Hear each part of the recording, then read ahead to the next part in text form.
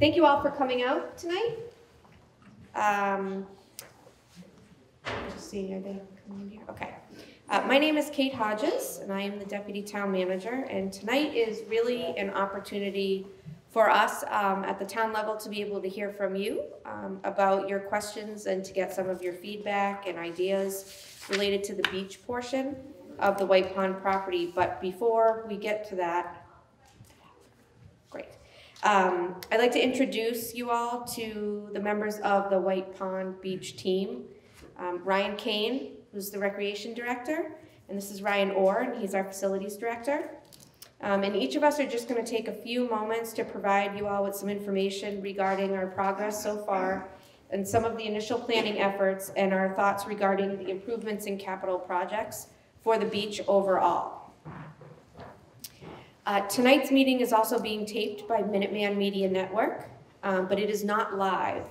It will be replayed on the government channel the next couple of weeks. And a web version of the meeting will also be available on Minuteman Network's website and the town's YouTube channel for immediate viewing either tomorrow or very early on Monday. Lastly, after this evening's meeting, we'll be posting this presentation on the Recreation Division's website, along with a comprehensive document listing all of the questions that are asked this evening and those that were received via email over the past few weeks. The document will also contain all the answers to those questions, providing we have them. And if we don't, we'll indicate that. Should any member of the audience or those at home wish to submit additional comments after tonight's meeting, electronically or otherwise, our emails are displayed up on the top slide there. For myself, Ryan Kane, and Ryan Orr, they can also easily be found on the website, or you may call the town manager's office or the recreation department directly. So this is an ongoing conversation, and I would ask that because we're being taped and we want to make sure that the questions are easily heard, if you can and you're able, if you could come up and say your name and your address into the microphone. And if you are unable to, if you want to raise your hand, we'd be happy to come and bring the microphone to you. But that way we can make sure that those questions are on the record. Excuse me. Yes. The screening is related properly compared to the left side. Is there some way to fix that? Nice. Is it what I think? No. Well, there has to be. We will try to. Looks like there's lights in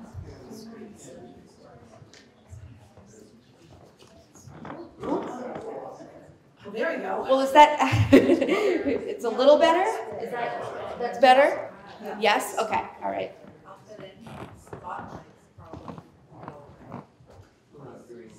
You want those off? Oh, those off might be better? Do you want to try that? We'll take a vote. It'll be our first one of the night.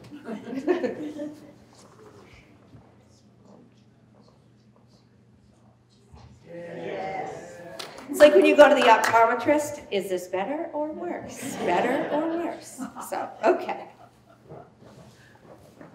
All right.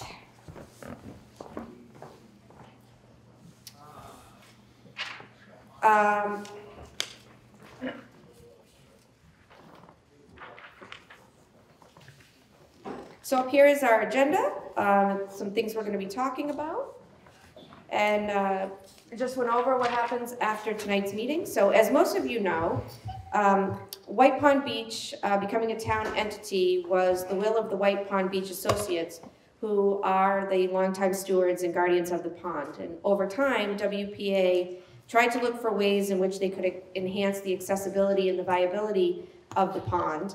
While the group continues to be interested in the beach portion of the property, they are also big advocates for the conservation land and surrounding beach parcel. At one point, in order to be able to afford needed improvements to the beach and accessibility, WPA actually went through the process of speccing out what they could gain if they were to sell off some of the farming properties. In doing so, they realized that that really wasn't in keeping with the mission to preserve the space, and that is what bore the idea of gifting it to the town. So currently, the WPA leaders and the town are working hard to finalize several conservation restrictions, the actual gift agreement, and other legalities that go along with a gift of this magnitude. Now, we anticipate that that process will be settled over the next couple of months, but we don't own it or have rights to it yet. With the spring and summer seasons just around the corner, the town actually asked White Pond Associates if we could enter into a temporary access agreement or lease agreement of some kind, where we could legally gain access and begin to maintain the property, understanding that we don't own it. It's a question that we're asked a lot, why aren't we out there doing X, Y, Z? And so we wanted to make sure that people knew that it wasn't ours to do that yet. So we're trying to be able to have a sort of a soft opening where we're maintaining it, but not making any large improvements or anything of that nature until it's actually ours. WPA has also taken steps to subdivide the land into 3 separate parcels, each containing their own restrictions.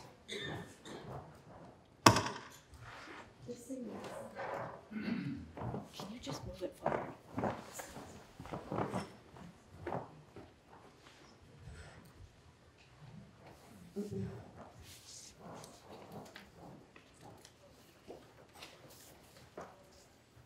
Okay.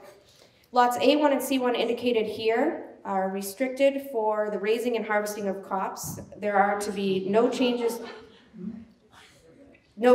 to the land and no permanent structures erected. Additionally, farming is allowed to continue on both lots as long as doing so bears no impact on the recreational users in the B1. B1 is to be used for active recreation, but is limited only to swimming and improvements that are relative to the work to improve the beach use, and the overall pond quality.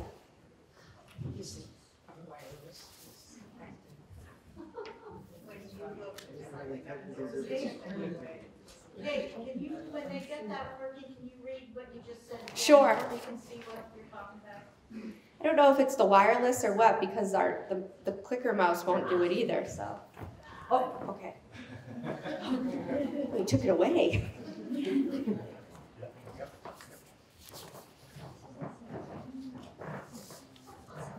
Okay, so I'm not going to look at it again because it'll go away, but so lots A1 and C1 that are here, so they're on either side, are restricted for crops. Which is currently being farmed. There are to be no changes to the land or permanent structures erected on either of those 2 parcels. Additionally, farming is allowed to continue on both the lots as long as doing so bears no impact on the recreational use of B1, which is the center lot and currently the beach lot. B1 is to be used for active recreation, but limited to swimming or improvements that directly relate to the work and improvement of the overall beach use, or pond health and water quality. I'm sorry.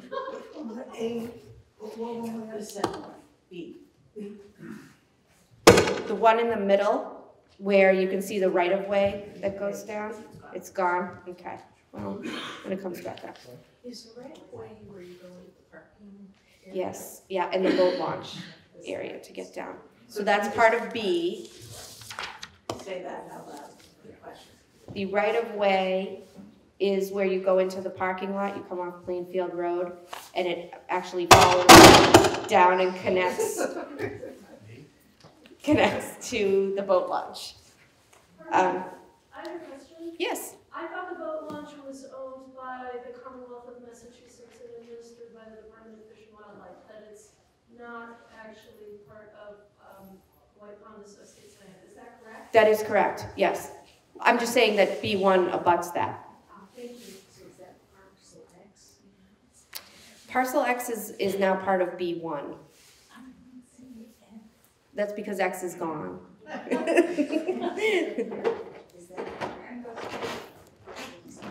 C1 is the main plot here.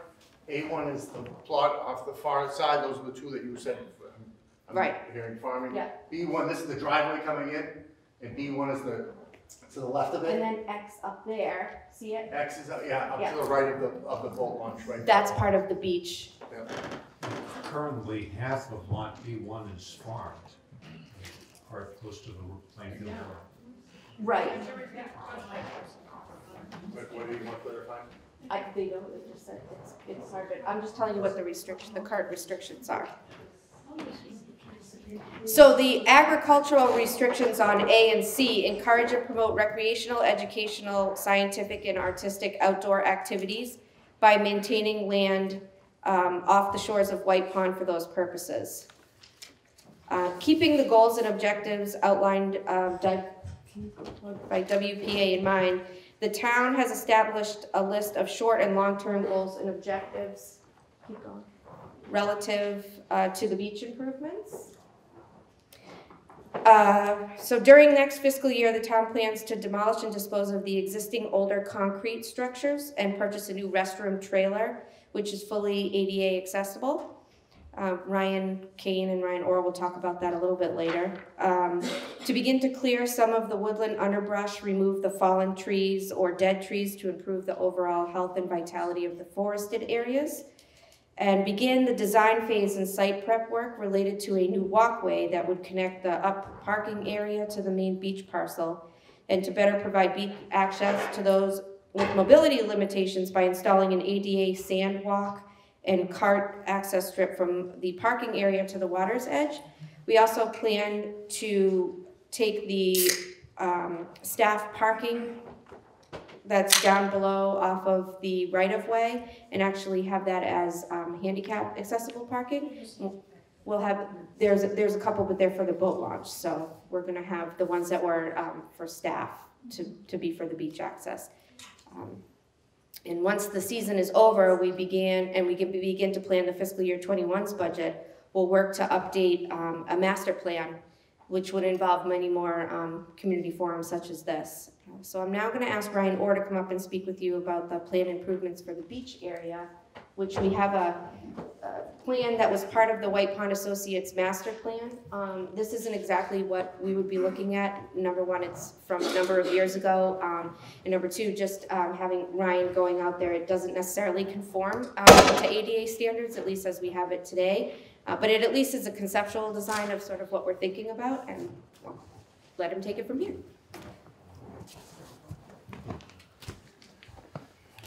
Hi, Ryan Orr, Facilities Director. Yeah, so, I mean, this is very conceptual. The idea is to make better access to get down to the beach from the upper parking lot.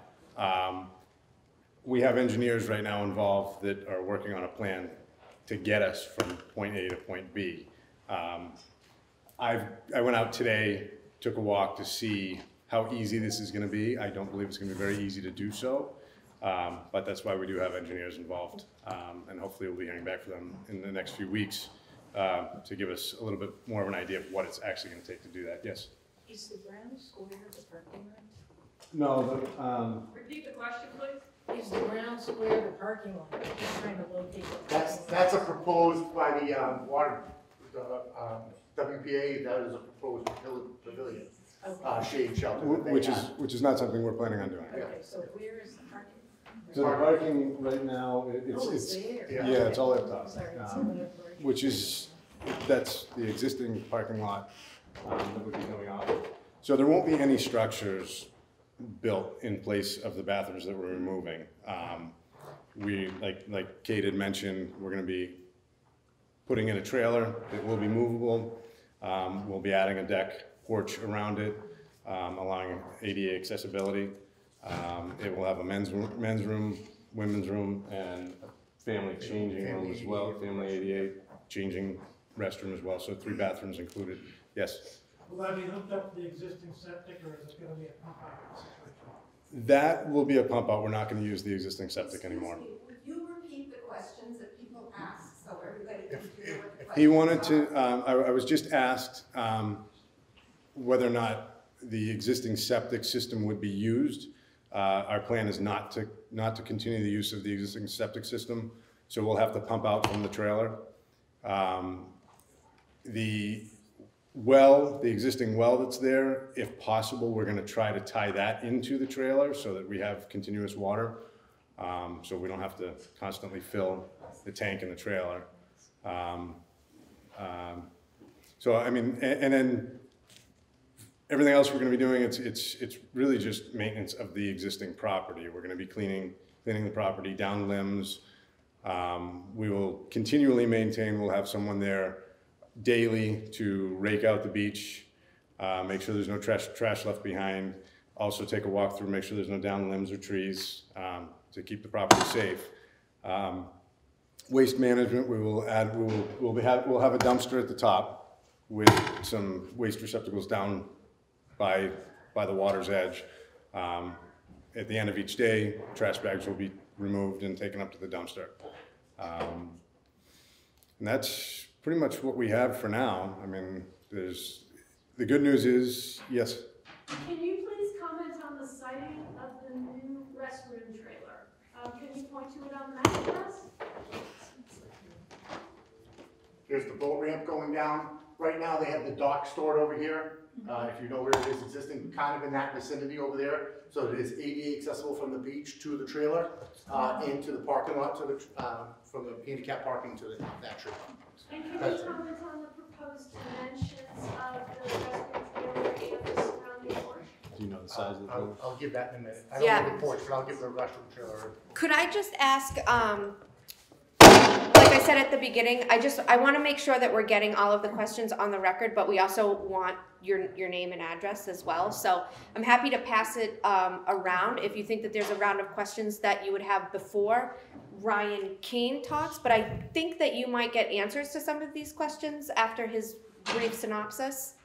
So if we could just hold for a moment, and then absolutely we'll circle back and answer whatever questions. So if you think of one, if you want to, come up and get in line, that would be great. Or raise your hand and we can pass the mic around. Just a few more things that facilities will be involved with is obviously installing the dock at the beginning of the season, removing at the end of the season, ropes, pretty much anything that's going to be done there we'll be involved with. We do have an electrician and a plumber staffed in town, so we'll be able to respond to any issues pretty quickly that come up with the bathrooms. That's pretty much it. I think this year with the dock, we might try to fabricate it a little bit, if possible. We haven't, with the snow and the ice, we haven't really been able to get out and kind of pull it apart. We're gonna clean up the top of it regardless. Right now there's some old plywood on it, some old carpeting. We do plan on replacing that. But possibly if we can split it in half and extend it so that we can go, it's approximately 20 feet long right now. If I can split it in half, I can probably make it a 40-foot dock going out under the water, so that you don't necessarily have to swim to it to get there. But that's not a guarantee. It's something we need to look into as the snow and ice melts. No major construction. Yep. Is there a plan to increase the parking? Repeat the question. Is there a plan to increase the parking? As of right now, no. After we get a report back from the engineers, there may be something that they come up with that we can do. But as of right now, there is not. We don't have anything in plans for increased parking. Yes? And the driveway is in pretty rough shape. Is that any plan for paving that driveway, or is that to the state? Is there a plan to repave the driveway is the question. I'm not really sure where we begin and where the state. Yeah, we need, so we're gonna need anyway to have a full survey done, an up-to-date survey, and so that will show where the lot lines are. And then we would have to have a pretty candid conversation with the state. I think they'd like nothing more than to give it to us, but it's in a state of disrepair, so I don't know as if we want to take that on until it's ready to be taken on.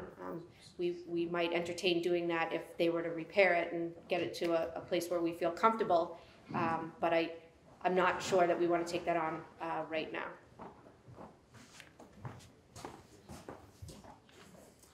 David Beer, 20 Darden Street. Just a suggestion that within your discussions with the state, and your responsibility for maintenance, I suggest that you look into the maintenance requirements for the existing runoff control project. And it's an important part of maintaining water quality, so I thought I'd bring that to your attention. Yeah, and Thank you. that's absolutely something the engineers will be looking into is runoff and how we can control that. That's one of the #1 things they're going to be looking at for us. So. Any other questions? Well, let Ryan go. Well, for me. You ready? Yeah. No more PowerPoint needed, which is good. Yeah, 10 Sills, 60 Rockland Road in Acton. I've been grandfathered in, I've been a member for 30 years. You know, 2 out of the 3 last years, the pond's been closed for weeks due to green algae. And green algae, I'm not a chemist, but green algae spouts or blooms, I guess they call it, with phosphates. And phosphates come from fertilizer. Yeah. So I think there's a connection there. I don't think you're wrong, and that's why we have engineers looking into this for us. So. But it never used to happen. Right. Well, that's something we will definitely be taking into consideration, trying to fix. I mean, we can't guarantee we're going to be able to stop that. I mean, there's a lot of other properties around that pond that could be using fertilizers, but we're going to do the best we can to maintain the property the way that hopefully you want us to. Okay, Ryan Kane, Recreation Director. I'm going to ask if you hold the questions to the end, and I'm going to try to hopefully chop a lot of those questions off as we go along, and then we'll gladly answer the questions. One, we're super excited about the opportunity. A little nervous about the opportunity, but super excited about the opportunity. And two, it's going to be a growing process for us as we go through this. We still don't even own the property at this point in time. So as that transition happens, we're going to try to get in and be able to do some of those things and put those things in place. Ryan Orr being here, I got to tell you, as a different town department, the facilities team is responsive. They come out, they respond for the town departments and the town needs. They take care of things in a quick, fast manner for us. It's going to be a huge plus for the facility to have the town's facilities team involved. So just on a daily basis, if a tree limb comes down, they'll be able to come out and respond pretty quickly to that, to the bathrooms are having plumbing issues.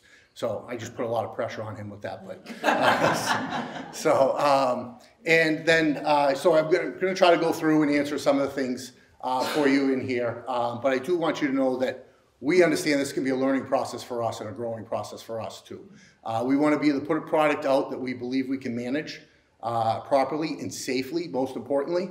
And to be able to make some adjustments from there. I think I'm already starting to think of some adjustments that might answer some of your questions that you're looking at. But so I'm just going to randomly hit some of the bullets that I've gotten from emails, phone calls, communication from people, person to person, that might answer some of your questions, and then be able to take the questions, like I said.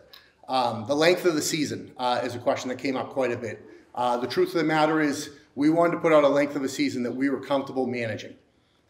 Because you know, when you start Memorial Day, you don't necessarily have the staff available that you can, and we don't know that. As we go through years, that may grow and expand as we feel more comfortable that we can staff. I can tell you to date, we have 1 application on file for a lifeguard. You know, I don't want to be the one lifeguarding the facility from Memorial Day on. I just did meet with Ann Boudreau on Tuesday and had a good conversation with her and starting to do some things to kind of go in a positive direction, talk about being able to communicate with the staff, etc. But we're hoping to progress and kind of be able to put out the same staffing levels that you'd seen before in the past. But in regards to June 17th versus Memorial Day, you know, I didn't want to say Memorial Day and then turn around and say, we have no lifeguards. We can't guard for Memorial Day. You know, we do a lot of summer staff at the recreation, and a lot of that staff is high school based. And so that's where the dates are lined up originally, is to really kind of go around the school year schedule for that. Regarding the hours, that was set in multiple different ways. One, looking at different different facilities around, Wayland Beach, Wellesley Beach, etc., and how they operated. Looking at how we're going to operate and function. right away, when Ann met with me, she's like, you're closing at 5 on Sunday? Most people are coming at 4. So, you know, good. That's a good thing for me to gauge and understand from her. And we'll be able to make adjustments as we go along, and I think you'll see adjustments. I'm not promising you right now, but just hearing that on Tuesday, we're already looking at that and reevaluating the hours that we're going to be open on Saturday and Sunday. So we will constantly be evaluating and making some improvements as we go along, potentially making improvements a year later, and some we're not going to be able to accommodate everything within there. So that's the length of the season, and that's kind of a little bit of that story and where that came from. And we're open to hearing your concerns, thoughts about that, seeing if adjustments could be made or not. And I can't promise that everything would happen on that end of it. Just an FYI on the registration, I think most of you are aware, but we did send out emails and letters to all the previous White Pond pass holders, and we have publicized just in our basic information out to the regular public on registration. Registration can occur online through the Recreation Department online site to purchase that first pass for the individual in the household, and then you would go to the BD Center and get your picture taken to be on the pass and add any additional members to your household for that pass. And everybody would need a photo ID for that, for each individual. So you would get, if you're a member of BD, you'd be familiar with the type of cards that they have there. And we're hoping to have our software system in place there so we're able to check those electronically. If not, it might be an old school fashioned way where we're writing down everybody that comes in as we go through some growing processes in here. Some of the questions that have happened with registration is, can my nanny be on the registration, or my grandparents who watch the kids all summer long, or my grandchildren come with me all summer long. So we've immediately out of the gates allowed for one additional person to be included into your household. It would have to be an identified person, but if you had a grandparent who consistently came and got the kids and brought them to the beach for the day, that would be an individual that you would identify there, or a nanny, for example. So immediately out of the gates, we're allowing one additional to the household that doesn't reside in your household. We are asking that if you had different circumstances, you can send an email to us and try to explain. We have some people who have been bringing their grandkids every single day, Monday through Friday, and they're pretty much part of their household pass. Then we are saying, send those to us. You can't have, unfortunately, all of your grandkids on the pass. So if you have grandkids, New Hampshire, Maine, everywhere, that's, you know, it's not going to be designed to that. But if there are people who've been going and are regular beachgoers with that household, we would be looking and considering that to within reason.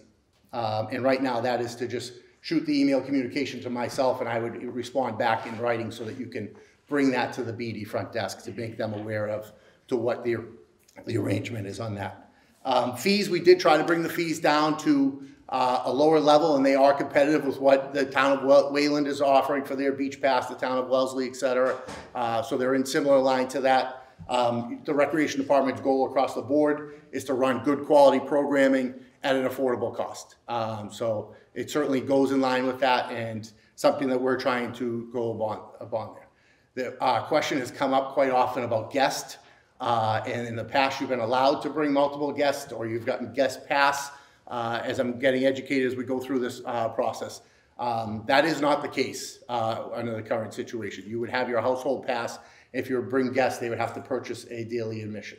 We are looking at evaluating because when we say the daily, I'll go over the number of beachgoers for the day, but we don't open up to the public for buying day beach passes until an hour after we're open. But if you are coming as a pass holder and are bringing a guest with you, you would be able to bring them with you at the time you come. Would be one of those examples of you know, that difference there. So if you weren't coming with with a pass holder, you would have to wait to that hour till after we opened. If you're a pass holder and you come right when we opened, you could come in and pay that daily admission, if that makes sense. I'm explaining myself, and if not, hit me with some questions on it afterwards. Other questions that have come up is people have a fear of too many people being at the facility. And the truth of the matter is the facility's gonna have some changes. And it's not gonna be the same old White Pond, but at the same time, we wanna carry a lot of that charm of the White Pond over. We don't wanna oversell it, but we do, as it being a town facility, wanna have it used. The town is making investments into this facility and making a commitment to taking over the ownership. They wanna be able to have the facility used. In the past, has been 550 approximately. It's like plus or minus like 5 to 10 household passes that have been distributed through the White Pond Association. We're going to be distributing 700 household passes. So that is an increase from what you've seen before in the past. On a daily basis, the number of beachgoers that are allowed, I'm trying to keep saying beachgoers rather than swimmers. People at the facility, down utilizing the facility, would be a maximum of 400. So there would be a swim cap on the facility of that. So there will be 400 maximum beachgoers that are allowed at the facility. If the facility did reach maximum, we're envisioning we do something similar to what you won't want to hear is like Walden. That's probably the word you don't want to hear, but it's to what Walden does, where we say it's closed. Please come back at a time that we anticipate that some of the crowd will disperse, and we will be there to take additional people in at that point in time. That's the original plan going out of the gates. I'll come back to everything. I'm hoping I get to something. So that will be the original plan coming out of the gates. And vision of that, looking there. Swim lessons will be offered. I'm jumping all over the place. That's probably not the best spot to go to next, but swim lessons will be offered. Just met, again, meeting with Ann the other day, was able to get a good education as to how they were run and the benefits and what she thought was good from them and what she would like to change and hear those type of things. We will distribute that information March 1st and take registrations April 1st for this summer swim lessons. So they will be something offered. I don't imagine you're going to see a drastic change from what's been offered before in the past. Parking, which I should have brought up right after too many people. Right now there isn't a, we still don't own the facility, and you're not going to see any drastic changes in the facility from last year to now. There are some mandatory requirements that we'll have to do and be in a municipality. ADA accessibility is certainly one of them. Putting in the new restroom facilities, I think, is a good upgrade. When you think of the restrooms we're purchasing, is almost like if you went to a wedding that had a high-end porta potty there on the trailer. You go in, you go, wow, I can't believe that this is what it is. That's what it is that we're purchasing. It is 22 feet long. It does have a men's room, a women's room, and what we're calling kind of a family/ADA handicap restroom.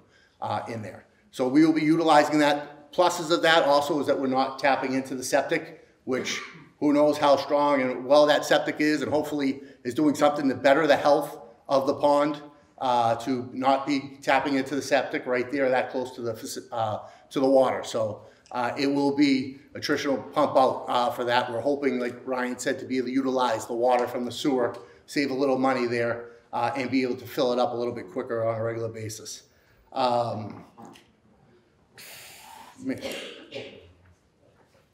Making sure I cross off everything here. In regards to the health of the pond, we're a vested member of that now. Not that the town hasn't been, but we're even more deeper in that. As somebody that owns a property on a lake, I understand concerns and issues with that. And my lake, for the first time this summer, and hopefully doesn't have it again, had the blue-green algae that occurred. So I've seen it, I'm familiar with it. We plan on doing the same type of concepts, working with the Friends of White's Pond to be able to communicate with each other and just create those conversations so that we can be helping each other throughout that process. So there's going to be some mornings we're going to be the first eyes on the facility and be able to get ahead of some things and communicate. The Town Board of Health still does come out and does their weekly testing to make sure that the water is safe, and then they will be a resource to us in addition to that. So if we have concerns or we come in and we see the algae, we could talk to them and communicate to them as to how it goes there. Again, in conversing with Ann on Tuesday, I was able to get some real good education as to what's currently happening at the facility and what she's been seeing in the morning, et cetera, at the pond, where I don't have that background with that. But again, like I said, there's multiple groups involved with vested interest in that, and we want to be one of those players at play for that. And we want to be thinking about the health of the facility and doing our best to put things in place so that it is a healthy water facility.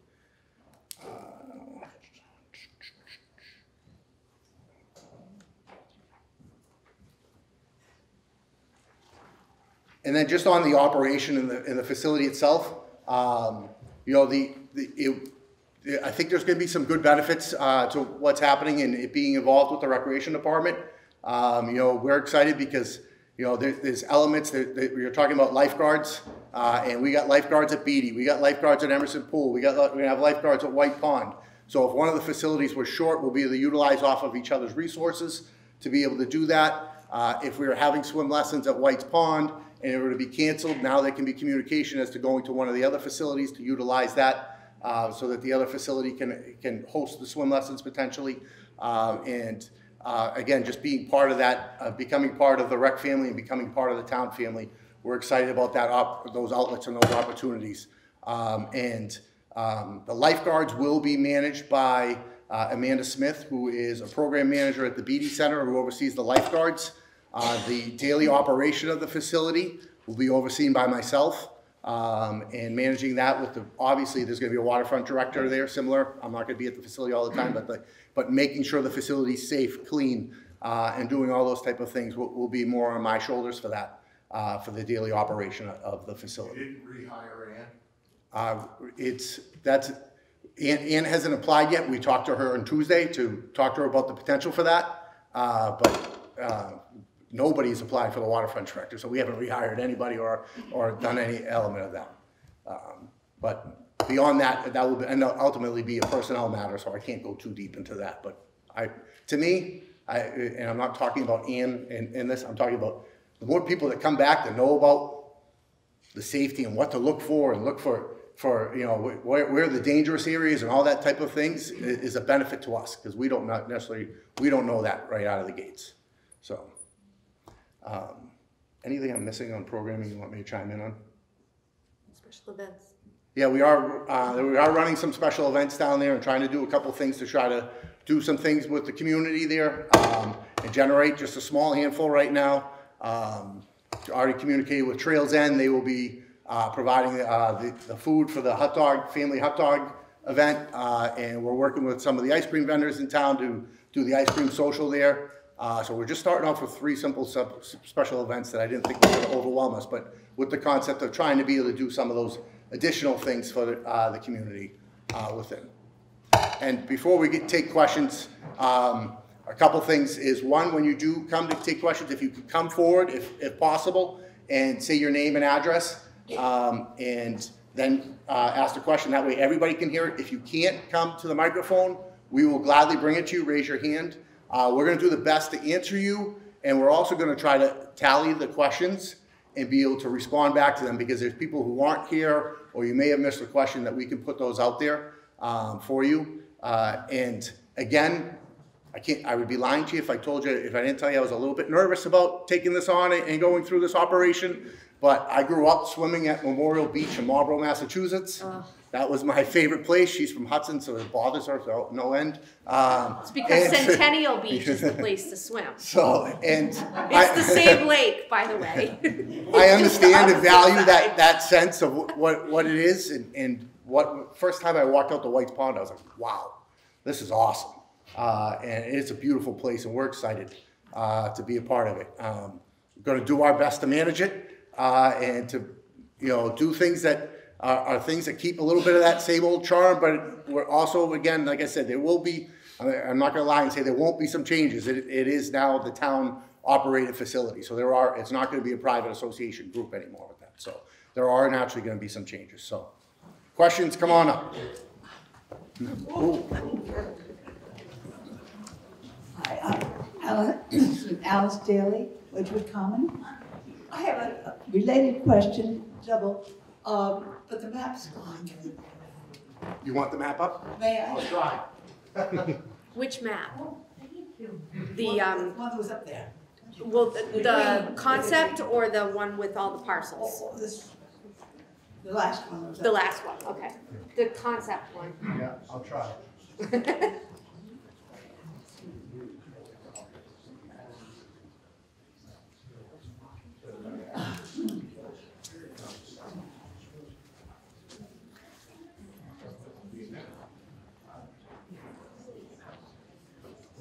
Well, I could imagine it. You may have to. Yeah, well, I was trying to visualize where the rail trail is in terms of that map. Okay. Yeah, so let me just repeat. I couldn't quite get Yep. my The orientation. question was, where's the rail trail relative to the conceptual map? Is this on? 'Cause I don't think She just needs to move a little closer to it, I think. So it's not on the map because That what we I don't understand, have. but I mean, where would it have been? I'm trying to orient it. Oh, no, what I'm saying is it's at a location off the map. So when I can go up there and point to generally where it will Yeah, be, that but would be essentially excellent. it comes in at the cove, which is the opposite That's end what of I'm the getting to, pond. yes. So if you're standing on the beach and you look as the farthest point on the other side of the pond, Yes. that's where the cove is, and that's where. Great, that's what, my second part of that is, we're swimming there, and also there were a lot of dogs there. Will At the that be cove? changed in any way? Yes. Okay, so the question was, there was a lot of swimming in the cove and people had dogs at the A cove. lot of dogs. Yeah, so I believe that the park rangers for natural resources have been working really hard to try to dissuade people from doing that and going down and patrolling that. That isn't going to be something that the lifeguards at the White Right, Pond right. Public Beach are really able to do. And I just have a question, is it against the law to be swimming there? Is it against the law to be swimming in the On cove? the cove? Yes.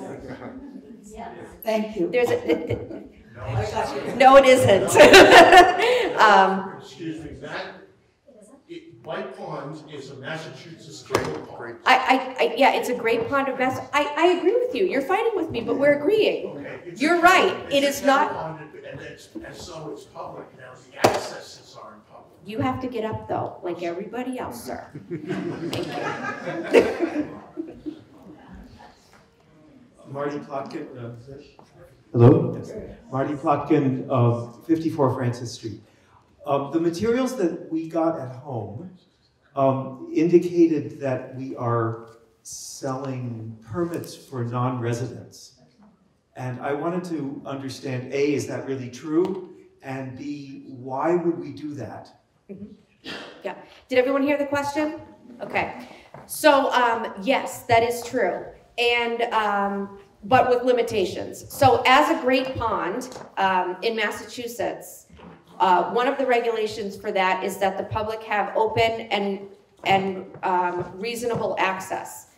The smallest amount that any town can do is 10% of the total amount. So we took the total amount of passes that we would be comfortable giving out, at least in year one, based on what the Recreation Department really thinks that they can handle safely and efficiently. And that was about 600 passes.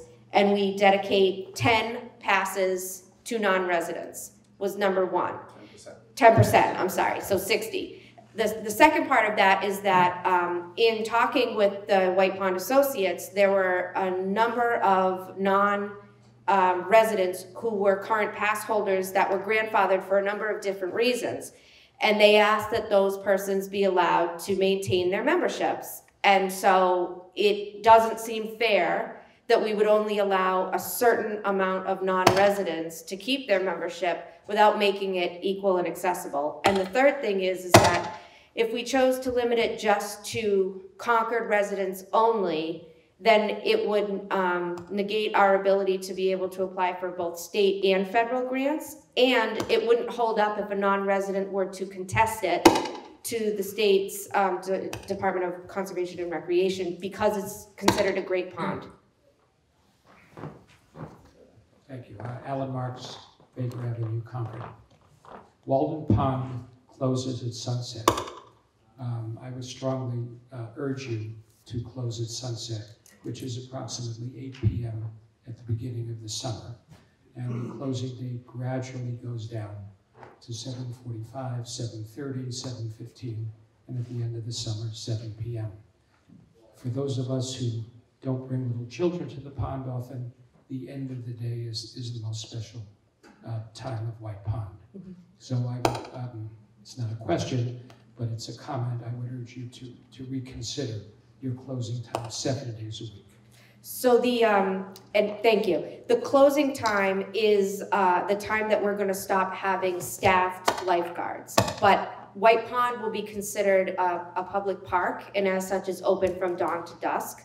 So what we will have is a great deal of signage telling people that this park is not being manned and it's not overseen, and you might not have the restroom facility available because the staff has gone home, but we wouldn't limit people's access. So in other words. So the hours of operation mean that it's closed, meaning that we don't have supervised swimming, you don't have amenities necessarily. So the parking gate won't be closed as it has been in the past. The parking gate gets closed at a certain hour, so you better be out of there by then.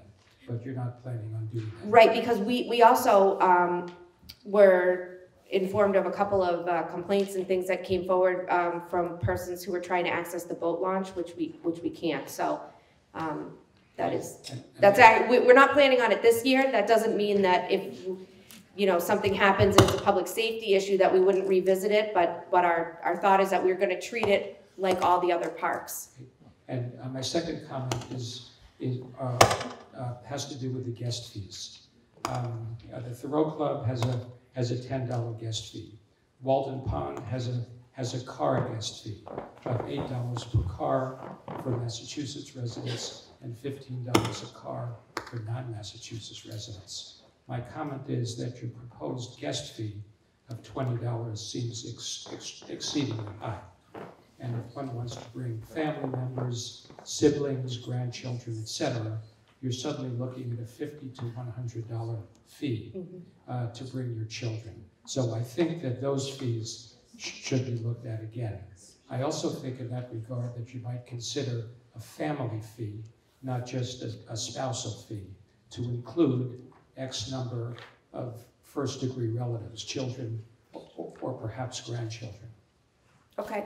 The fee that you have that is for the $20 is a day pass, or that wasn't intended. My understanding is if you want to have someone come onto your pass as a guest, I think we might need to handle that differently. Yeah, but he's saying I'm a pass holder and I'm bringing my next door neighbor with me today. Then that's what it would be right now. I see. Yeah. Okay. Right. So. Okay. Yeah. The grandchildren too?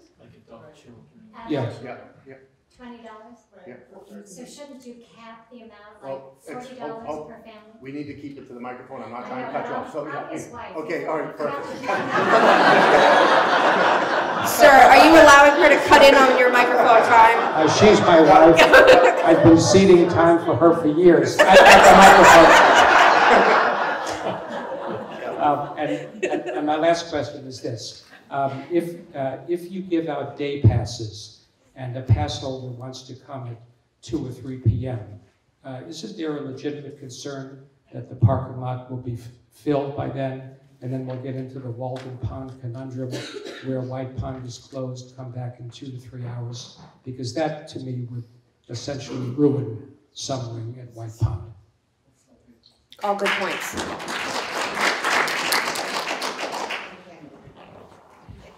Harvey, 38 Shore Drive, White Pond Advisory Committee. One question we've had about is checking passes. How will you know people there have legitimate passes? We're hoping for a similar system to the Beatty Center, where you have a pass and it has a barcode, and we have a computer and it scans it and it pulls up your information, and they will be photo passes. So when you have your pass for the facility, you will have a photo of you on it as well. So those are things that will help and assist in being able to do that. And then the rest of it's staff training, to be able to develop the staff to be able to properly go through that process to make sure when they're handed 5 passes for a family that it's the 5 people that are there with them. So you'll be checking them as they come in? They won't get down to the beach without being checked? They can't just walk in? It's slightly going to depend on the time, and as we learn and go through this, when I've gone and visited the pond before in the past on a weekday, and there's 3 families at the pond, they're not checking somebody up at the driveway. If it's a busy Saturday and there's a lot of people coming in, we would want to check them before they get out of their car and start moving. So it's gonna adjust on that. But it is, the ultimate checking is very similar to what operates at the BD Center. Hopefully, if all the computers get up and running, which we haven't tested out, but that's the vision. We purchased the equipment and everything to be able to go through with that process. It's not this equipment either. It's It's different equipment. My other suggestion is about the algae. For 4 years, White Pond's been part of the EPA cyanobacteria workshop out in North Chelmsford. And I check once a week, I do the water testing, but Ann Boudreau would call me when she would see a bloom. And people around the pond know, whenever you see a bloom, call me, email me, because I will go and get a sample of that. It's a good record of the pond that we've been keeping for 4 years. And my suggestion is that the lifeguards and the people there be instructed a bit about algae and how to identify it. And also there needs to be a way to notify people who are not Concord residents who might have passes now to come that the pond does have an algae bloom, that it is closed, because that was one thing people didn't know. You know, they'd be coming and Ann just keeps them back because it's closed. Luckily, the last couple of years, a lot of the algae blooms were right at the shore, and they would go off in about an hour. And we think White Pond's lucky because of its depth. It doesn't have the gnats that live on the bottom rise up and bloom. It's mostly, they're floating in the water column because they're always there. Cyanobacteria is always in any body of water. It's one of the first forms of life on this earth. But White Pond has an interior flow from Sagem's Cove to the beach, and also that's the prevailing wind. So everything gets blown down to the beach. But I would see fishermen standing in full blooms and putting their hands in. And there just needs to be a better notification of the public about the algae blooms and the staff that's at the water. 2 things, you just signed yourself up to come to our staff training to educate our staff. So in the second part is on communication about closings. We would put out similar systems to, again, what we're doing at the BD Center on that. So we would have an email list so that we can send an email out to existing pass holders. And we would put it up in all our avenues that we have. Never perfect if people aren't checking our Facebook, etc. If they're coming without being a pass holder, but if you're a pass holder, you will have the opportunity to opt in for that email list so that we can send information out to you that says, you know, the facility's closed today or any facility relevant information. But what about at the entrance to the right of way? That there be some facility that you could put temporary signage? We have an A-frame that we're envisioning to be able to utilize to communicate on the road as opposed for whatever matter, that we can communicate on the road so people aren't pulling in to find out, even worse, pulling in and getting out of their car and coming down to the beach to find out information. We can do that. It's one of those A-frames that you put the letters in and, you know. Also through social media. Also through social media, yeah, our Facebook page. And Ryan doesn't have a Facebook page, so he doesn't ever, that's not his go-to. We gotta get him to get one. you either hold it or go right to it, yeah. Can you hear me? Yeah. Sharon Jones, 8 Eaton Street. It's always tough to follow Carmen, but it was a good segue. There's been a couple of mentions of the algae bloom, and I want to caution you on the gift acceptance and the language around the restrictions, that because we understand that the pond is vulnerable and contributors are fertilizer, as Mr. Sills mentioned, but probably also septic, which is how that part of the town disposes of their wastewater, which it is a disposal, it's minimal treatment, it's disposal. And all of that effluent goes through the water table, and it will probably increase as Sudbury builds more on the near the cove. So we need to keep that in mind as we're planning how those properties A1, B1, C1 can be used and how they're restricted, to not preclude putting in some kind of wastewater treatment that could help maintain the life of the pond, the water quality of the pond for the long term. True. Thank you. Nancy James, Walden Terrace. I have been a member for over 40 years, and I think like most of the people here, we consider this one of the most beautiful spots on the face of the earth to date. Contemplating 400 people on the beach is horrifying. That's not Walden, that's Coney Island. So we have those of us who have been discussing this since the news came out those months ago, that day passes should be very carefully considered, and if they're mandatory, fine, but they will affect water quality. White Pond members have a lot of rules, and sanitation being among the top of them, and I don't think it's realistic to contemplate that day pass seekers will have the sanitation for their children swimming that would be required. Also, for those of us who consider the spot a quiet refuge, that a whole lot of activities not be planned, that it is a beach for swimming and thank you. Hi, Kate Blair, 20 Darton Street, acting president of Friends of White Pond. I just would like you to repeat what you said about what the plans are for parcels A and C. First you said they were going to be agricultural, and then it changed, and it was when the map was all going kind of crazy. So can you just say again what your plans are for that? A and C are to remain agricultural. Okay, so are there going to be any restrictions as far as fertilizer goes or anything like that? The restriction as it's, well, first of all, they're not finalized yet, but the restriction as it's written right now is that it just can't impede with the operation of the beach or the viability of that. So. Okay, so will that continue to be rural, do you think, or do you not know?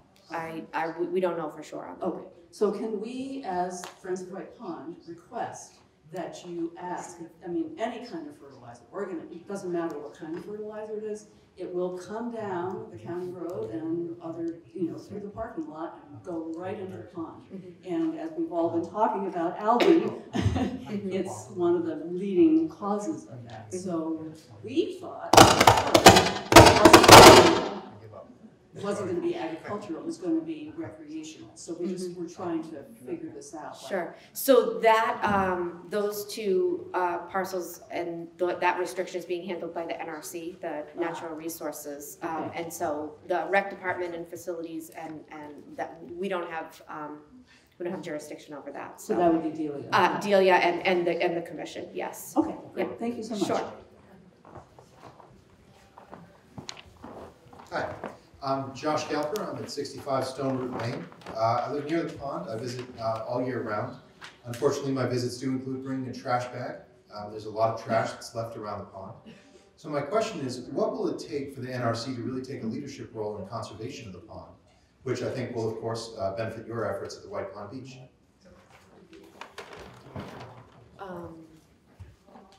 So I can't speak for the NRC, but I think that they're very committed to it. I know that on a staff level, we've been having many conversations with Delia, who is our natural resources coordinator, and talking about where we could best put, dumpster, waste receptacles, how many times a week it should be emptied, not having it be a carry-in, carry-out. So as far as the staff level is concerned, I think it's been pretty well integrated. And again, it'll be something that we're going to have to discuss as time goes on, but I would say that they're, not speaking for them directly, but I get the impression that they're very committed to it. And do you have the impression that it's not just the beach, but also the Dover Street access and the cove? I have the impression that they care about the overall health of the pond very much from all aspects and areas. All right, thank you. Hi, I'm Suzanne Croy at Central Village Drive. I was swimming at White Pond at age 2, a very long time ago. On that cove, you're not allowed to swim in on Sudbury could access. Long time ago. But I want access, so my question is, will the parking lot be open dawn to dusk year-round? So for those of us who would swim before work, and park where we weren't supposed to? Will we be able to park officially? I know there's no lifeguards, I don't care. I know there's no bathroom, I don't care, but I want to swim all summer long into the fall. So I can't answer that definitively because I think that we have to consult our police and fire chief for public safety reasons. There's a lot of people doing it though. Right, no, I'm fully aware of that. And so, you know, we don't want to discourage people from being able to go out and utilize the parks and do rec activities, but I also need to balance that against public safety. So I couldn't say definitively, but I think that, you know, we're not going to be in the business of chasing folks out of there who are being reasonable and enjoying. I know Walden Pond has gone through a lot of changes to make that accessible. I'm hoping White Pond will still be accessible so I don't have to go. As long as it's safe and approved by our safety officials, I think we would support that. Hi, Jane Torpy, 55 Coburn Hill Road. I've only been a White Pond member for 15 years, which is like nothing compared to the previous speakers. I'd like to enter 3 comments into the record. One is about access hours. As a person with a full-time day job, 5 nights out of the week, my entire access to White Pond is at 6 o'clock or later. I've noticed that the BD Center maintains later hours in the evening for later access for people who have full-time day jobs. And I'd like to ask that this facility seriously consider closing at sunset for that reason. The second comment I'd like to enter into is with respect to capacity. I fully understand that there is the financial necessity of raising enough money to pay the expenses. I would also, though, encourage the people who are making the decisions about capacity to learn from some of the very difficult lessons that Department of Conservation and Recreation learned about overcapacity and overusage at Walden Pond. So when the decisions are made, I think it's important to consider that aspect of capacity as well. The repairs that were necessary to reinvigorate the ecology of the area were very expensive and were very time-consuming. They took many years. And so it would be very unfortunate for work to go into improving the ecology of parcel B1 only to have it then degraded by overuse. The third comment I'd like to enter into the record is about the balance of activities to lack of activities. I think one of the things that differentiates White Pond from other recreational opportunities around town, particularly with respect to water, are that there's virtually no activity. It's completely unstructured. It is a wonderful complement to the breadth and depth of opportunity that the Recreation Department and other organizations in the town offer.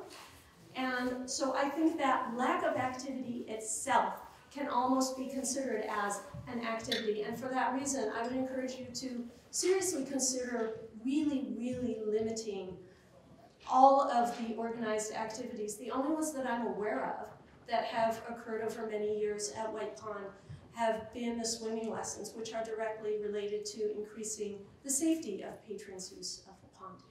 Thank you.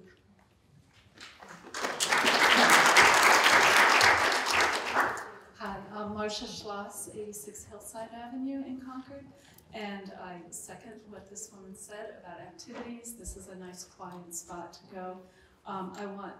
Just want to double check. I'm assuming that open swim across the pond is still going to be allowed.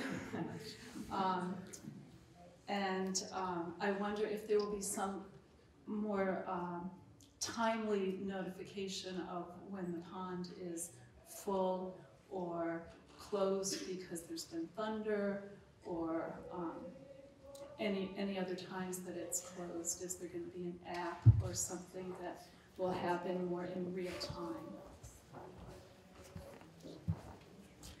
No, unfortunately, it is not permissible during the time where we're there and openly lifeguarding to allow someone to swim outside of the swim area. I understand that some places do it. It is not compliant with our regulations both as a public bathing beach, from a health and safety standpoint, and for insurance liability purposes. I recognize that people do it. I recognize people have been doing it for many years, may do it when we are not there. That's sort of a do at your own risk, but when folks are there during the staffed hours, the lifeguards cannot permit someone outside of the swim area. Can we access it from the boat launch area? Not when the beach is being staffed. That is going to be a problem, I think, for a lot of people. I would say that 53% of the drownings, so a little more than half, are usually outside of the swim area during staffed times. So I think that it isn't because the town wants to be mean and not allow people to do that. It's because it not only is dangerous, could be potentially dangerous for the person, but it also puts the lifeguards in a spot where they might have to go and make a save in the middle of the pond, and that's a pretty far swim, particularly for younger students. And so we have to sort of weigh those consequences. And frankly, if something were to happen, you know, it's difficult for the town to be openly doing something that's against our insurance liability policies. It just is not good practice. So I recognize that it's not popular. Even the microphone doesn't like it. You may find people like us then asking for our money back, because that's how we enjoy and have enjoyed for over 30 years White Pond. And just have a sign that anyone venturing beyond the ropes has their own liability. So, I mean, I understand we could probably debate this particular issue all night, and I'm happy to do that offline with anybody that wants to, or if a small group wants to come together, Ryan and I can do that. But I want you to think of this, that if you have a child or a grandchild who is a lifeguard, 15, 16 years old, Well, I have had a child lifeguard there. and you see someone struggling in the middle of the pond, and you in your head say, well, there was a sign there that said they have to do that at their own risk. I don't believe that we would have people in the community that wouldn't go out and try to make that save, and I think that we have to consider that. And there might be 15 and 16-year-old you know, lifeguards who can absolutely do that, but there are some that can't. And my personal experience, I experienced something like that when I worked at the beach in Hudson, and it was very difficult. And the person who was swimming across the lake actually ultimately was saved, and that was great, and the lifeguard went down.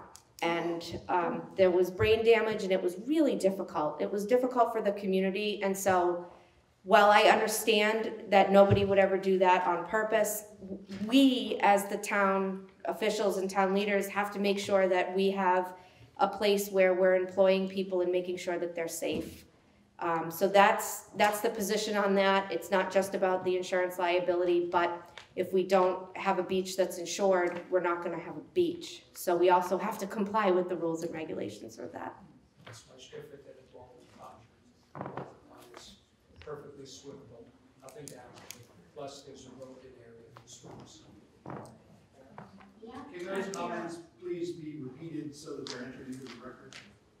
He said it's very different than Walden Pond. There's a rope swim area where And people swim. And the entire people swim the entire pond. This is on the refund before the season starts. Anyway, doesn't like the format. Oh, okay. Yep, Ryan just said that if you're not happy with the format for this year, refunds can be given in full request if made before June 14th.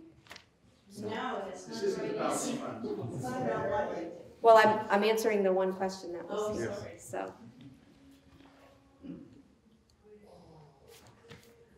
Okay, go ahead. Yeah. Carmen Shockier, 30 Shore Drive, again for the White Pond Advisory Committee. We advised the Select Board in regard to matters with White Pond. We gave them a long list of recommendations. But as you're going to be kind of caretaking for a year, one thing I would say is when ESS did the large report on the pond, the greatest phosphorus entrance to the pond is runoff from the land. And NRC is doing a big job down at the Sachem's End. This year, I think, finally, they have all the funds. But when you have a heavy rain and snow melt, you have a big plume that comes into the pond off the blacktop. You also have deep gouging down the beach. So even though you're going to do caretaking, there might be some work you could do with coir logs to just deflect the water so you're not sending it into the pond, because that's where a lot of phosphorus will enter the pond. They had their highest readings at that end of the pond, which was surprising because all the houses around the pond are on septic systems, and yet they did not have high phosphorus readings there. Also, although again you say this is NRC, in my talks with Andrea Ciani of the White Pond Associates, they wanted conservation on those fields and they wanted the farming stopped. And our strongest recommendation to the select board is to stop the farming. If you're worried about the quality of the water, you need to stop the farming. You need to stop disturbing the land. It needs to stay undisturbed, and then the root systems connect underneath. It makes water go deeper. There's much land in Concord that can be farmed. There's only one piece of land that is the undersized watershed of White Pond, and that is very precious. And there's only two places where it's undeveloped, and that's the White Pond Associates area and the town and conservation land at the other end. And it's really important.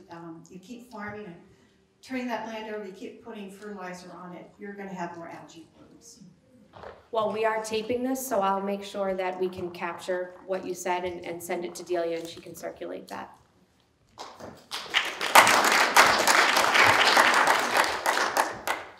David Waldman, 31 Mitchell Road. As you're probably aware, there's a number of private roads that abut the pond. And although there's no parking signs on those roads, I think it should be considered that when people were standing in line in their cars waiting at Walden and they get, by word of mouth, they get informed that they could switch, get out of that line, come over to White's, as long as you're not at capacity. And then White's reaches capacity. The people are going to be driving, looking for other access points. Mitchell Road, Shore Road. These are access points. People drive down, they park, and then they go into the water, or maybe they walk around. It's not, it's a half-a-mile walk. So I think there should be some consideration into how you're going to manage the intake of people coming to the pond.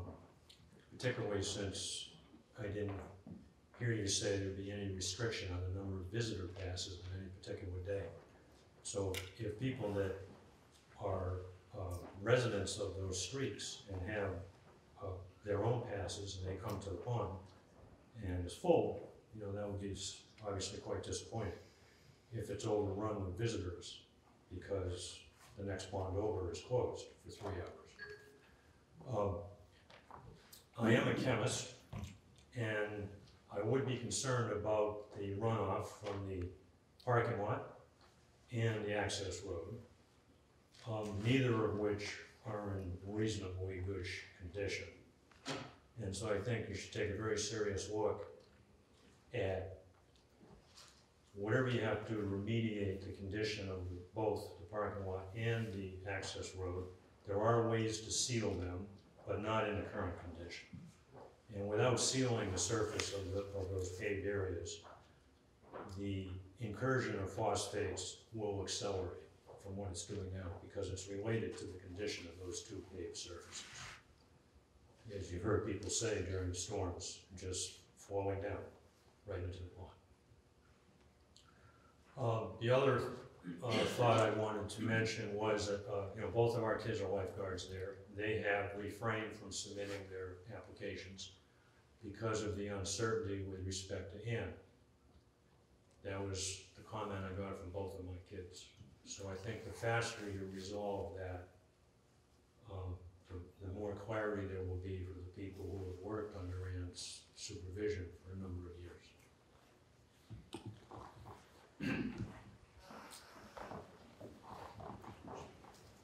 Fred Lindgren, 339 the Valley Road, formerly of Eaton Street and former chairman of the White Pond Advisory Committee.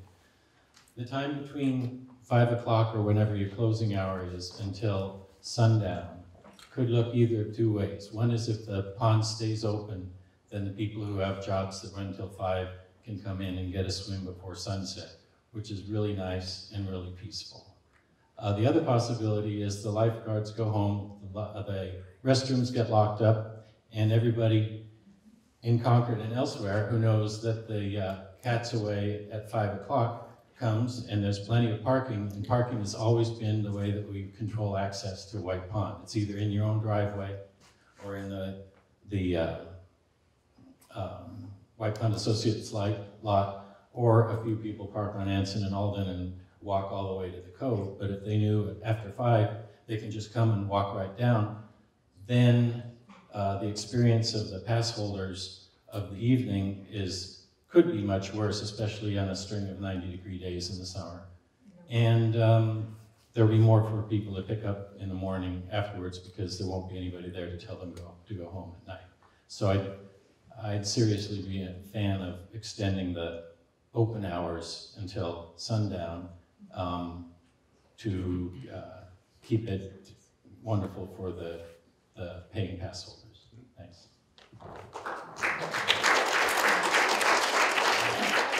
Thank you, it's Ken again. I'm sorry, I don't think your objection is very valid.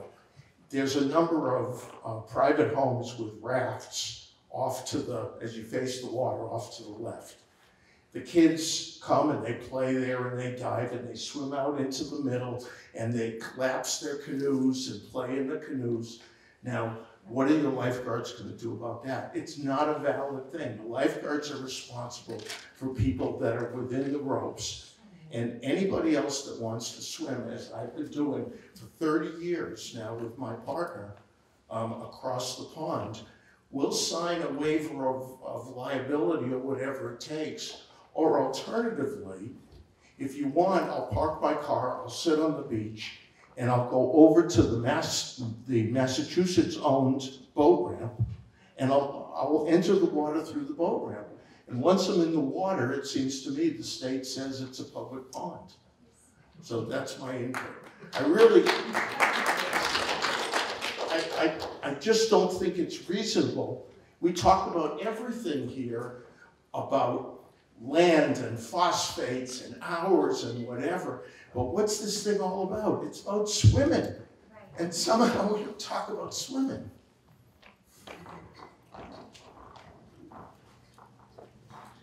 Mark Weiler, 8 Eaton Street, and my question has to do with the parcel of land that is immediately north of the boat ramp that is considered part of this parcel of land that the town will ultimately take possession of.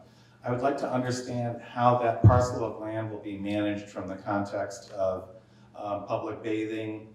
The historical use of that piece of land is that people come down, they make themselves at home there on a blanket, and their dog is there, and they'll take a dip. It's very steep. It's really from a bathing beach perspective, publicly managed. That drop-off goes really swift. I'm just only concerned from a matter of public safety. I'd like to understand how the town is planning to manage that particular use of that parcel. Thank you. Do you want to take that? No. Okay. So, chicken.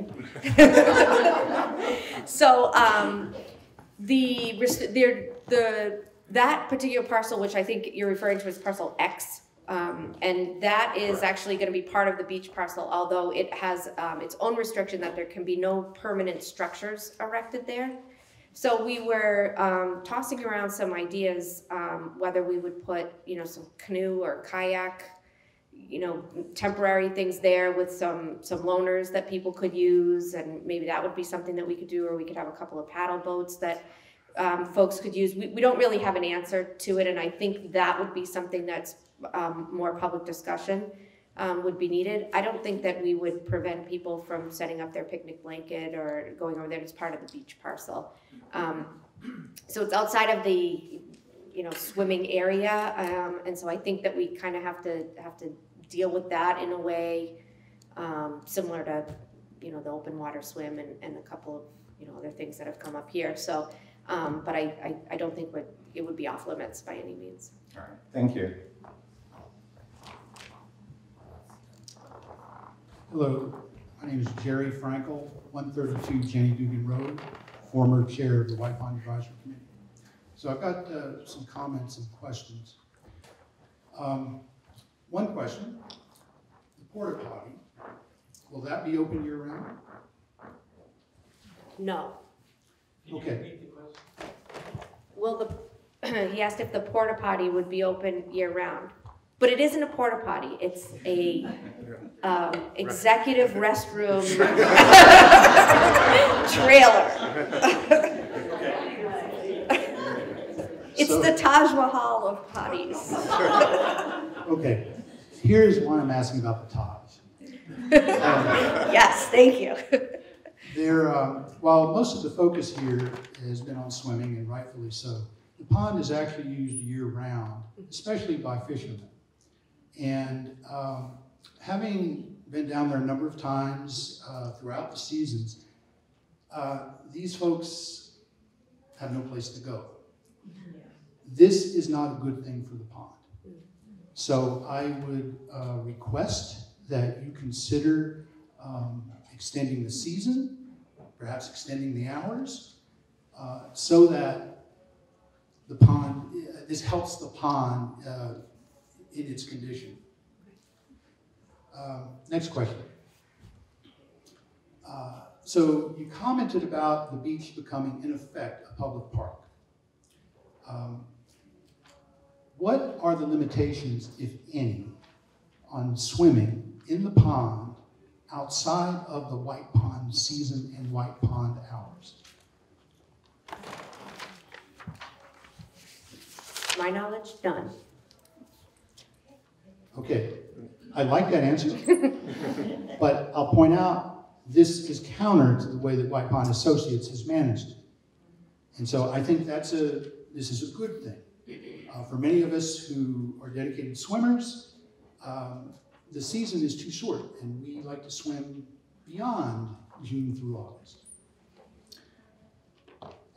So a comment then, while the access to the pond outside of the normal season is a good thing, you're constraining both the length of the season as well as the hours is a big impediment to many, especially many who are not represented here tonight. For example, families with young children find that White Pond is a major venue for their socialization during the summer. And that occurs at all hours, or not all hours, but all hours through the day. So I think they would be disproportionately affected, and unfortunately, because they have young children, are probably not here tonight. So I would request that you consider that in terms of potentially modifying the length of your season as well as the length of the swimming day. And we would be happy to do that, but part of it is being able to staff it. And so I think that what we need to do is, it would be great if we had a run on lifeguards, but we don't. So then it's, what do we do? So I'm familiar with this issue. My son has been a lifeguard at White Pond, and it is not uncommon to have a paucity of applications at this time of the year. I'm sure Andrew Droe will educate you quite well on that. I'll also point out there's an existence proof that they have successfully managed this for decades. So I find it hard to accept that the reason for the short season right now is a shortage of lifeguards. I think that'll do it. Thank you.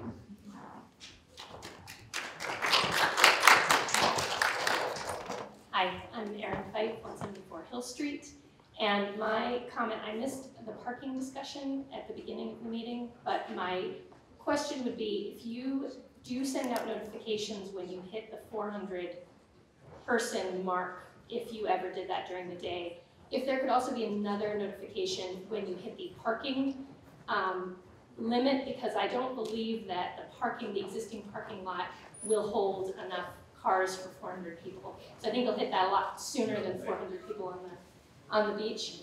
And as a mom with 2 young kids at home, I don't envision there being any other place I would park with my kids to safely get down to the beach. So that notification would be very important to me. I promise to be quick. Cassandra Price, 30 Raymond Road. So we, two issues. I wanted to second the winter use. I'm there every single morning, and I have personally seen fishermen defecating. So I'm a visitor every single day, and it's rough, and there's a lot of pollution down there. Second, we're also a side street, and so active policing. When you hit the max, cars are skirting around looking for a spot. There's really not active policing when that overfill happens, and so we're a side street that catches that. So those are the 2 things. Thank you.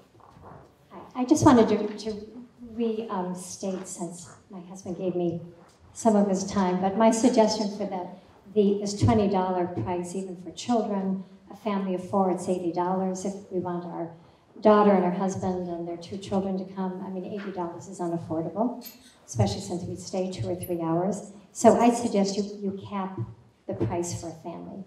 It's unreasonable to charge any family $80, and I'm sure everyone here wants to bring a guest at least once, or people who visit during the summer. $40, $45 for a family. So that's one suggestion. Also, did you say that you're allowed to swim in the cove? Because this is an open lake? I know she hedged, so that's why I wanted to pin you down. Well, I believe the question was asked if it was illegal, and I said that no, I didn't believe it was illegal. So in reality, this isn't, especially once it belongs to Concord, this is an open pond, it's a great pond or whatever. Yes. You've called it a few different things, which means swimming and access to it cannot be limited to anyone, is that right? Swimming and access, well, there are parameters, like as far as, certain stipulations of number of non-residents versus residents and percentages, but. But in other words, it can't really be limited, so if someone can get to the cove, technically they can swim. Are you talking about the beach or just the pond? Well, the cove. I'm talking about the cove in the back now, because there used to be signs no swimming, so I was curious. Chris Whalen, town manager. The Natural Resources Commission has banned swimming from the conservation land for many years. The land where the cove is controlled by the select board. For the last 2 seasons, they have voted to ban swimming from the cove, and you can prohibit the public from accessing the beach from your property. So once they're in the water, as it was common, once you get in the water from the boat launch, you can swim in the water as much as you want. But the selectmen can prevent swimming from the town land and the cove. They've done that for the past 2 years. I suspect once this beach operation starts, they'll do the same thing again this year, and perhaps on a permanent basis. Okay, so in other words, we're not supposed to swim there? Okay. Correct. Right, okay. David Schoenfeld, 34 Sydney Lane. As a neophyte to the White Pond community, having only been in town for three years and enjoying just 2 seasons at White Pond with 2 little children, my concern is if we're not there, within that first hour that the pond opens, because it's hard to organize your little kids and nap schedules, etc., that we're going to lose the opportunity to enjoy the pond because the parking lot will be full, or the 400 person capacity will be hit. And as a member, we already, my wife has already sort of signed up through the Beat Center. That we would lose that opportunity even though we've already established a membership. And so that's a concern related to the total number of passes and the amount of opportunity for individual day use. So that's one comment. The other comment is a public safety comment that I would strongly recommend installing an emergency call box on the site. as well as a public access defibrillator that when you open the cabinet automatically calls and notifies the fire department. Both are in the works. Thank you. Chris Price, 113 Neshoba Road, and a member for 15 years. I'm just curious if the town has plans to convene an advisory committee drawn from interested residents, and under the new structure. I know there's been Friends of the Pond. There's been certainly, having been a White Pond member for a long time, there's a lot of voices there. I'm wondering if there's a new advisory committee that may be formed based on the changes now. Hi, Jane Hotchkiss, member of the Select Board. It has not come up officially. It would not at all surprise me if we had, I think that would make us 70 boards and committees now. But it would not be at all out of keeping for us to form exactly that. Thank you very much. David Waldman again, 31 Mitchell Road. As you're aware, many people have deeded access to the pond on the various private roads. Hence, they can enter the pond. Once they're in the pond, they can swim wherever they would like. So my recommendation is that in the roped off area where you're going to have lifeguards, that would be made clear that that's the protected area for the lifeguards. I understand, because my kids are lifeguards there, that if someone is struggling in the middle of the pond, they may want to go out and get them. But the reality is that people are swimming into the pond from all directions. That's the challenge. Of course, they have this wall too. The water fills up, people walk in from the side door. Everybody knows the side door entry now. Come in the side entrances through various paths into Walden, and they jump in wherever they feel like. So that's where it's going to get hard to manage. Behind you. Thank you. Hi, Marcia Schloss again. In an idea I had for the man with the young children trying to come in late would be to save maybe X number of spots. I know up at Good Harbor Beach, for example, you have to get there early if you're not a Gloucester member, and then a certain number of spots are saved. So you might want to consider, I don't know what the number would be, but 10, 20 spots or something from people who are pass holders who, and then they'd be able to get a spot. That's great, yeah. Hi, Alan Beveridge, 28 Shore Drive. I think, not counting Parcel X, I'm the only one who's a direct shorefront abutter to the Association Beach. And my wife and I have lived there for 27 years, and the association have always been very good neighbors. And there are a number of things that they have done that help them be good neighbors. In fact, the only problem we've really had is with Concord Rec, I hate to say, where sometimes the swimming instructors or counselors or whatever you call them encourage the kids to scream as loud as they can. And perhaps they don't realize that they're in a lot of people's backyards when they do that. So if you could somehow make your swimming instruction games a little quieter. But I must say, the times that I've gone down there and pointed that out to the people, they've quieted down. But a couple of things that make the association good neighbor is that between my beach and the beaches to the west on the south side of the pond for me, and the association beach, there's a kind of an overgrown natural area that acts as a natural barrier to people going down there. And I think a lot of people don't realize that on great ponds, private property extends to the water, no matter where the water is. It's the exact opposite of tidal lands, and there's no right to public access across those lands. I'm constantly having to explain that to people, but the association has been very good. The lifeguards, even though they're young kids, they tell people that they can't go down there. And for the most part, they pay attention to them, that we've noticed. So if those two things can be continued, that is the lifeguards or whoever's down there know the law of great ponds regarding private property, number one. And number two, if you maintain, don't clear the beach out all the way to the south, to where the private property starts. Leave a little bit of natural area that acts as a buffer. And the other thing that I talked about at town meeting was if you could put a sign at the southern end of the beach stating that the property beyond this point is private property and there's no right to public access, that would be helpful. And it can be a discreet, good-looking sign. Okay. That's all I have to say. Great, thank you. Stephen Goodman, Jenny Dugan Road, also a former committee member of the White Pond Advisory Committee.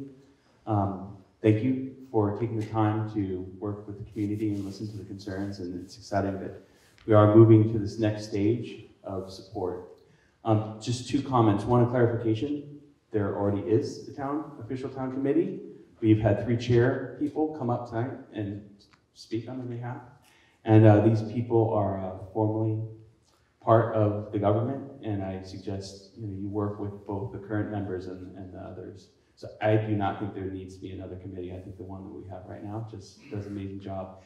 The second is process. I think it was moving forward. This is not just a recreation issue for the town. I think you should be working hand in hand with the conservation and Delia's group, because I feel like for the last few years there's been such high risk of the status of the pond that once the pond fails, there is no recreation. And so for us to have conversations about all the details we need to do to get this off to the best start is really going to be dependent on the state of the ecology of the pond. Steve Schloss, Hillside Avenue. Just with the very common scenario on hot summer days that Walden is closed and dozens or hundreds of cars are turned away, with White Pond having day passes available being the logical next place for these people turned away to go to. The two concerns that seem like will happen on most summer days is an onslaught of people trying to get into White Pond, leading to, number one, overuse, number two, closing the parking lot to people who have become members. Given that, is there any thought of having a limitation on the number of day passes you will give on those days so that those things don't happen? We would consider. Yeah. Different subject. I don't believe you're ever going to have 400 people on the beach. All right, I think that parking lot, I'm an engineer, I'm going to guess 60 cars? Less than that, slightly, I think. What is it, 50? 54. I was close. You were. I was within 10%. 54 cars, 3 people a car on average. You're going to have 150 people on the beach.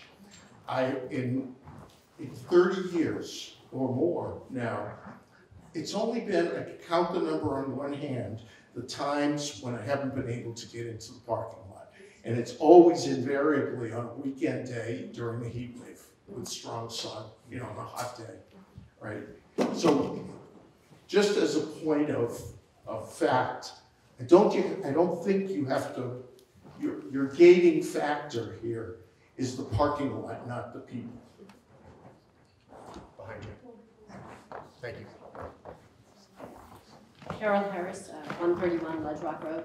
So I'm both a White Pond member and a Beauty Center member, and I have young children. There were a bunch of other people with young children here in the back. And I have many of the concerns other people do. I particularly am concerned about the idea that if I don't get there first thing in the morning, I won't get in. And it's really hard to get there first thing in the morning when you're dragging the kids out. But my other concern is about the lifeguards and about Anne Woodrow. The way the lifeguards operate at the pond is very different than the way they are at Beauty Center, because it's dark and it's deep and it's just really different. If you swam it, you said you swam the pond, so you're aware of this probably. So I'm very concerned that and hope that as hiring is done, that is really stressed. At the pond, they switch off the lifeguards every 15 minutes. at the VE Center. I've seen people practically fall asleep because they're stuck in the chair too long. That was a few years ago. We've changed that. But those sorts of things. And then the way that the swim lessons are run is also wildly different. My kids love the swim lessons at the pond. They fight me about going to the VE Center ever since they started going to the pond. Do they scream at the top of their lungs? They do sometimes scream. Just checking. But the point is, it's fun. And I talked to Anne about it, and that is like the first thing that they have to do. They want them to have fun and then be safe and learn, and they learn a lot because they're having so much fun. So I really hope that those things are kept in the forefront as you're looking at the hiring. And I really hope you can get Anne to come back. So we can't make her apply, but I think she had a good meeting with Ryan, so I don't have any reason to think that she wouldn't be mulling it over. And as far as the lifeguard and the training, there are different types of lifeguards. Right now, we take the general lifeguard certification, which is predominantly based on the pool. There's a subset of that, that's an open waterfront certificate portion of that. And the director in Hudson is actually getting certified in that, the recreation director there. And so we had a conversation about having a couple of trainings both at the Hudson and Hudson, not Marlboro, but the Hudson side of their lake, and then having another training session perhaps at White, and then we would have that certification which deals with open water swim and doing surface dives and what that means, because you're not from an elevated position, so it's a lot different. And so it's a pretty intensive course. And the other thing that we have to have for a public bathing beach is the pre-qualification and the for lifeguards to be able to keep and maintain their job requires an open water swim and treading with a brick, which is a little bit different than the pool. Yeah. So yeah, it's a 500-yard swim in 17 minutes or less, and then treading with a brick for 30 seconds. So it's pretty intense. The other thing about the lifeguards that Anne has always hired is they adore the children, and the children adore them, and that's part of what makes it a magical place for the kids. Absolutely. And that has not always been our experience at the VE Center. They like the kids, but it's not the same. So I think that goes into the hiring as well. Okay.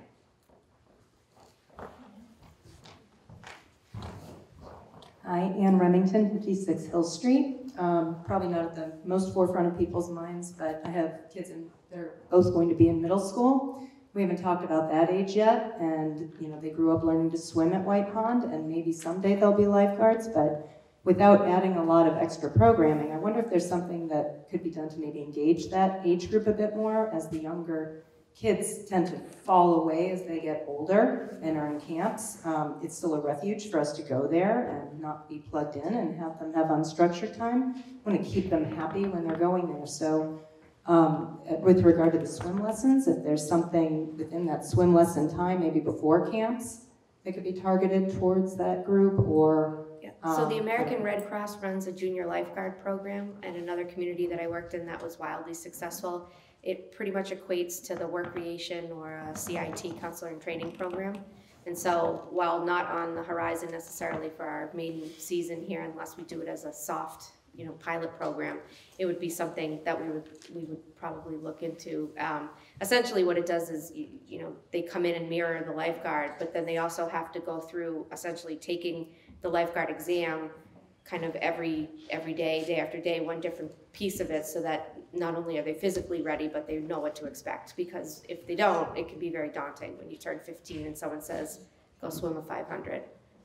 That would be great. I'm also thinking with regard to the swim classes, if they had almost like more of a lap swim or races or something. If the row has their swim team in the morning before camps, so I'm not saying a swim team, but something targeted maybe toward the older group. And maybe there's a way they can do service, I don't know, to help clean up, or I don't know, maybe there's a way they can exercise stewardship and help us. And I also just want to make another point, which has been made over and over, but I want to keep saying it. I'm afraid we're going to come after camp and get shut out. Got it. We need to get in the afternoon. Okay. Carmen Jacquier, my last comment. The White Pond Advisory Committee meets the last Wednesday of the month. Our dates are posted on the website. We meet right here at Harvey Wheeler downstairs in the lecture room. We are always open to any of the guests, their comments, their concerns. We can help you with a lot of these issues. Thank you. We meet at 7:30.